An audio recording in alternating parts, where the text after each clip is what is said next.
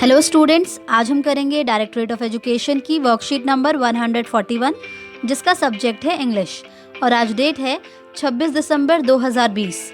ये worksheet class 4th के बच्चों के लिए है। तो चलिए स्टार्ट करते हैं हम आज की वर्कशीट। बच्चों, वर्कशीट में आपको यहाँ पर अपना नेम लिखना है।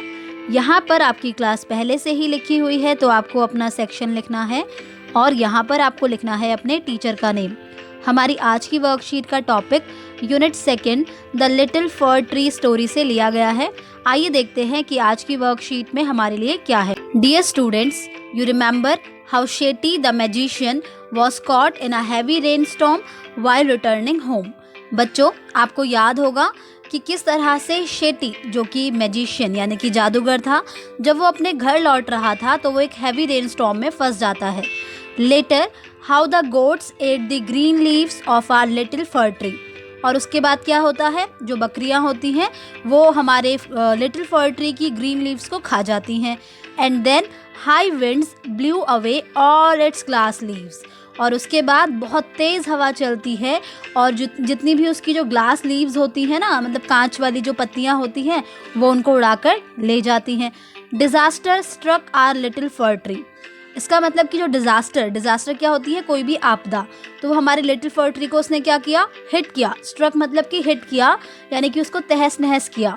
Just like this sometimes we can also face some problems in the form of natural disaster. तो बच्चों, इसी तरह से कभी कभी हम भी नेचुरल डिज़ास्टर को फेस कर सकते हैं। नेचुरल डिज़ास्टर मतलब कि प्राकृतिक आपदाएं। Sometimes Mother Nature reacts angrily because of the way we are treating her. तो कभी कभी क्या होता है कि जो मदर नेचर यानी कि जो हमारी प्रकृति माँ है, वो गुस्से में ऐसा करती हैं क्योंकि हम उसको इस तरह से ट्रीट करते हैं। Natural disaster are natural phenomena that lead to loss of life and property. बच्चों, ये जो नेचुरल डिज़ास्टर यानी कि प्राकृतिक आपदाएं हैं, ये एक तरह से प्राकृतिक घटनाएं हैं जो कि क्या करती हैं, जो कि लाइफ यानी कि जीवन और प्रॉपर्टी का लॉस करती हैं।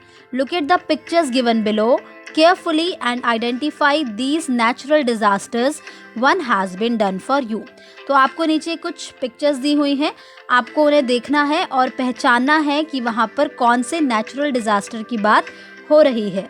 ओके बच्चों, तो चलिए देखते हैं। तो यहाँ पर दिए हुए हैं नेचुरल डिज़ास्टर के नेम और नीचे आपको एक हिंट बॉक्स दिया है, तो आप इसकी हेल्प भी ले सकते हैं। जैसे कि बच्चों, फर्स्ट जो इमेज है वो है अर्थक्वेक की। किसकी है? अर्थक्वेक की, जिसको हम हिंदी में बोलते हैं भूकंप।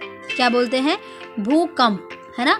यानी कि भू मतलब भूमि और कंप मतलब हिलना, यानी कि उसमें वाइब्रेशन होना। तो जब आपने महसूस किया होगा कि कभी कभी क्या होता है कि जो हमारा अर्थ का सरफेस है उसमें मूवमेंट होने लग जाती है, यानी कि वो थोड़ा सा हिलने लग जाता है, तो उसी को हम कहते हैं अर्थक्वेक। जब ये बहुत ज़्यादा मात्रा में होता है बच्चों, तो उससे क्या होता है, जो बिल्डिंग्स होती हैं वो गिर जाती हैं, है ना, जो ट्रीज़ होते हैं वो गिर जाते हैं। मतलब एक तरह से जो प्रॉपर्टी और लाइफ है उसकी बहुत ज़्यादा क्षति होती है। ठीक है, तो अर्थक्वेक की स्पेलिंग क्या है? EARTHQUAKE, earthquake. ठीक है, नेक्स्ट है फ्लड। क्या है? फ्लड। तो चलिए पहले हम इसकी स्पेलिंग लिखते हैं, FLOOD, फ्लड। फ्लड को हिंदी में हम बोलते हैं बाढ़। क्या बोलते हैं? बाढ़। तो बाढ़ क्या होती है? आपने देखा होगा कि कभी कभी जो बारिश की वजह से जो नदियों का पानी होता है वो बहुत ज़्यादा बढ़ जाता है और इतना ज़्यादा बढ़ जाता है कि वो उस जगह में घुस जाता है जहाँ पर कि लोग रहते हैं, है ना। मतलब कि नदी से भी बाहर निकल जाता है वो पानी। तो जाहिर सी बात है कि जब वो पानी बाहर की तरफ आएगा तो किधर जाएगा? जहाँ पर लोग हैं, जहाँ पर घर हैं, है ना, सभी एरिया में वो फैल जाएगा।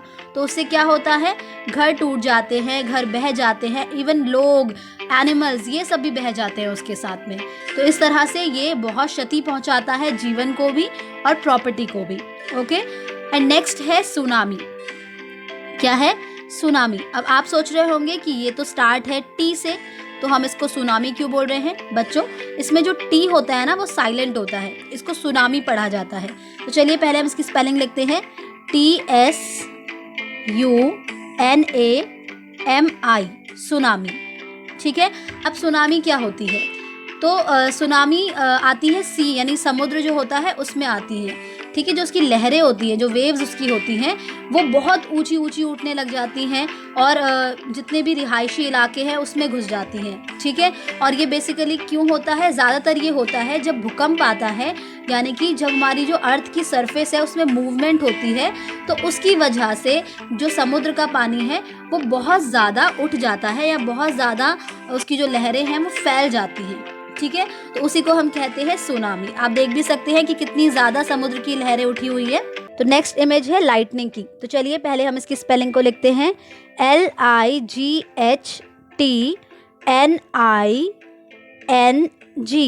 लाइटनिंग, जिसको हिंदी में कहते हैं बिजली का कड़कना। ठीक है, आपने देखा होगा कि जब बारिश होती है तो उसके साथ में बिजली भी कड़कती है, जो कि बहुत अच्छी लगती है।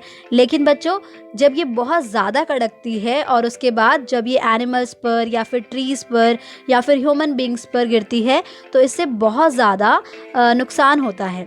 ठीक है बच्चों, नेक्स्ट इमेज है साइक्लोन की। किसकी है? साइक्लोन की। CYCLONE, cyclone. इसे हिंदी में कहते हैं चक्रवात। क्या कहते हैं? चक्रवात। आसान भाषा में समझो तो इसको मान लीजिए कि जब बहुत तेज़ हवा चलती है तो एक तरह का जब भंवर बन जाता है ना, बहुत गहरा, बहुत ही ज़्यादा, तो उसको हम कहते हैं साइक्लोन। क्या कहते हैं? साइक्लोन कहते हैं। ठीक है बच्चों, नेक्स्ट है क्लाउड बर्स्ट। क्लाउड बर्स्ट, तो चलिए पहले हम इसकी स्पेलिंग को लिखते हैं, CLOUD, क्लाउड बर्स्ट, BURST। तो इसको हिंदी में हम कहते हैं बादल का फटना। क्या कहते हैं? बादल का फटना। बच्चों, जबकि आपने देखा होगा कि एक तो नॉर्मल बारिश होती है, लेकिन कभी कभी क्या होता है कि एक ही जगह पर बहुत तेज़ बारिश, बहुत ही मूसलाधार बारिश होने लगती है, जिसमें कि साथ में ओले भी गिरने लग जाते हैं। और मान लीजिए कि वो बारिश इतनी तेज़ हो जाती है कि उस बारिश का जो पानी होता है वो बाढ़ भी ले आता है। तो उसी को हम कहते हैं क्लाउड बर्स्ट। क्या कहते हैं? क्लाउड बर्स्ट कहते हैं। ओके बच्चों, read, understand and discuss. Let's learn about one such natural disaster. तो चलिए बच्चों, आज हम एक ऐसे ही नेचुरल डिज़ास्टर के बारे में जानने वाले हैं जिसका नाम है अर्थक्वेक, यानी कि भूकंप। Earthquakes are a sudden and quick shock felt on the earth surface. तो अर्थक्वेक यानी भूकंप क्या है बच्चों?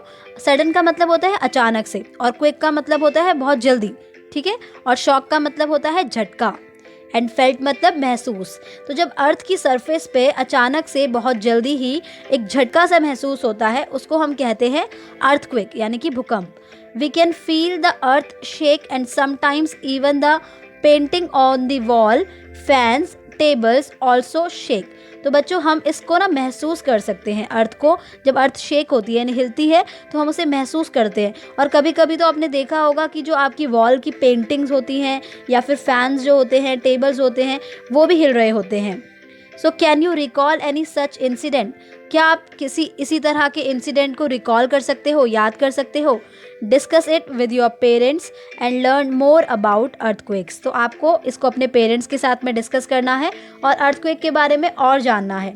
Do you know that more than a million earthquakes happen on the earth every single year? बच्चों, क्या आप जानते हो कि एक साल में 1 मिलियन से ज़्यादा अर्थक्वेक अर्थ पर आते हैं। Surprisingly they normally last for less than a minute but can cause much damage.